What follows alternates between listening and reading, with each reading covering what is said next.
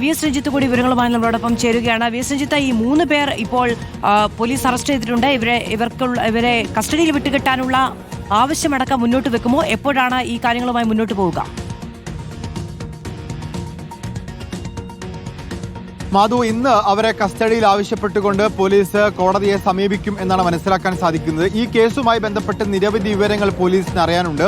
ഇപ്പോൾ കാസർഗോഡ് ജില്ലയിൽ വിദ്യാനഗർ സ്വദേശിക്കാണ് ഈ ലഹരി ഇവർ എത്തിച്ചു കൊടുത്തതെങ്കിൽ സംസ്ഥാന വ്യാപകമായി 14 ജില്ലകളിലും ഇവർക്ക് വ്യത്യസ്തമായ തരത്തിൽ കണ്ണികളും കൂട്ടാളികളുമുണ്ട്. ഈ കൂട്ടാളികളെ കുറിച്ചുള്ള അന്വേഷണമാണ് ഇപ്പോൾ നടക്കുന്നത്. അപ്പോൾ കൂടുതൽ വിവരങ്ങൾ ഇവരിൽ നിന്ന് തന്നെ ചോദിച്ചറിയാനുണ്ട്.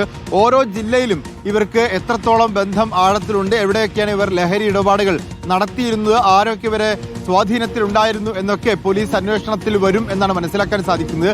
ഇവരുടെ സാമ്പത്തിക ഇടപാടുകളെക്കുറിച്ചും സാമ്പത്തിക സ്രോതസ്സിനെ കുറിച്ചുമുള്ള അന്വേഷണവും പോലീസിന്റെ ഭാഗത്ത് നടക്കും. അതിനൊക്കെ ഇവരെ കസ്റ്റഡിയിൽ വാങ്ങി ചോദ്യം ചെയ്യണം എന്നുള്ളതാണ് അന്വേഷണ സംഘം ഇപ്പോൾ അറിയിച്ചിട്ടുള്ളത്.